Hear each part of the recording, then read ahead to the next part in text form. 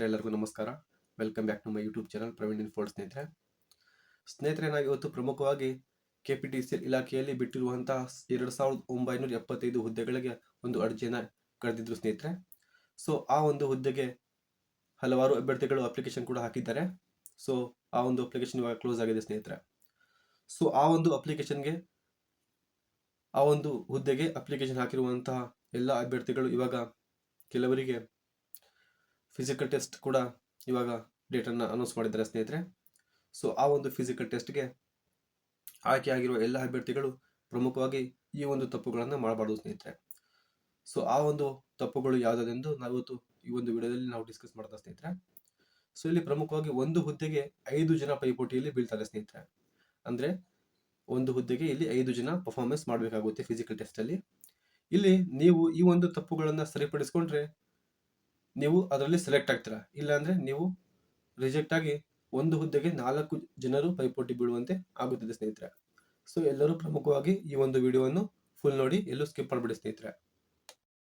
So ಆ ಒಂದು ತಪ್ಪುಗಳು ಯಾವ್ಯಾವು ಎಂಬುದನ್ನು ನಾವು ಇವತ್ತು ಪ್ರಮುಖವಾಗಿ ಡಿಸ್ಕಸ್ ಮಾಡೋಣ ಸ್ನೇಹಿತರೆ.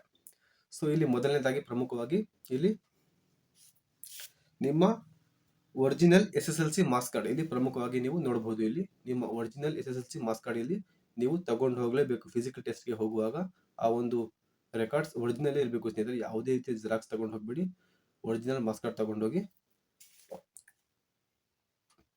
ಇಲ್ಲಾಂದ್ರೆ ನೀವು ರಿಜೆಕ್ಟ್ ಆಗುವ ಸಾಧ್ಯತೆ ಇರುತ್ತದೆ ಸ್ನೇಹಿತರೆ. ಮತ್ತೆ ಇತ್ತೀಚೆಗೆ ಎಲ್ಲ ಡಿಪಾರ್ಟ್ಮೆಂಟ್ ಅವರು ಹೊಸ ರೂಲ್ಸ್ಗಳನ್ನ ತಂದಿಡ್ತಿದ್ದಾರೆ. ಸೊ ಆದ್ದರಿಂದ ಕೆಲವು ಯಾವುದೇ ರೀತಿಯ ತಪ್ಪುಗಳಾಗದ ಇರೋ ಹಾಗೆ ನಾವು ಇಂಪಾರ್ಟೆಂಟ್ ಆದ ಎಲ್ಲ ಡಾಕ್ಯುಮೆಂಟ್ಗಳನ್ನು ನಾವು ತಗೊಂಡು ಹೋಗ್ಬೇಕು ಸ್ನೇಹಿತರೆ. ಮತ್ತೆ ಎರಡನೇದಾಗಿ ನಿಮ್ಮ ಒರಿಜಿನಲ್ ಆಧಾರ್ ಕಾರ್ಡ್ ಜೆರಾಕ್ಸ್ ಬೇಡ.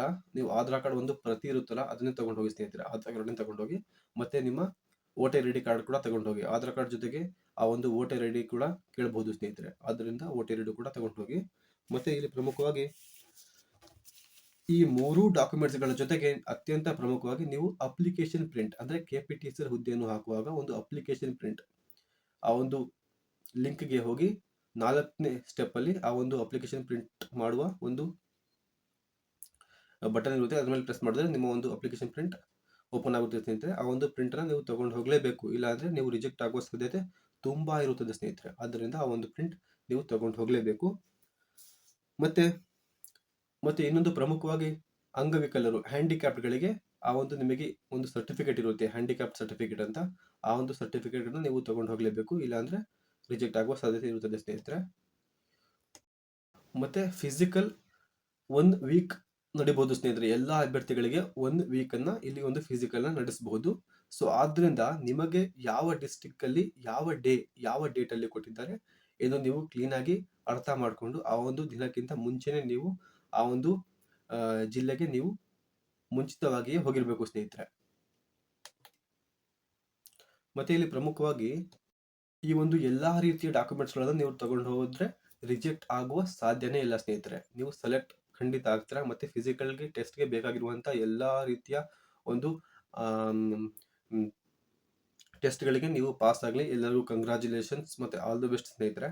ಮತ್ತೆ ಈ ಒಂದು ವಿಡಿಯೋ ಇಷ್ಟ ಆಗಿದೆ ಎಲ್ಲರೂ ಲೈಕ್ ಮಾಡಿ, ಕಮೆಂಟ್ ಮಾಡಿ, ಶೇರ್ ಮಾಡಿ ಸ್ನೇಹಿತರೆ. ಹಾಗೆ ಸಬ್ಸ್ಕ್ರೈಬ್ ಮಾಡ್ಕೊಳ್ಳಿ ಸ್ನೇಹಿತರೆ. ಏನಾದ್ರು ತಪ್ಪಿದ್ರೆ ಎಲ್ಲರೂ ಕಮೆಂಟ್ ಬಾಕ್ಸಲ್ಲಿ ತಿಳಿಸಿ. ಸೊ ಎಲ್ಲರಿಗೂ ಧನ್ಯವಾದಗಳು ಸ್ನೇಹಿತರೆ. Thank you.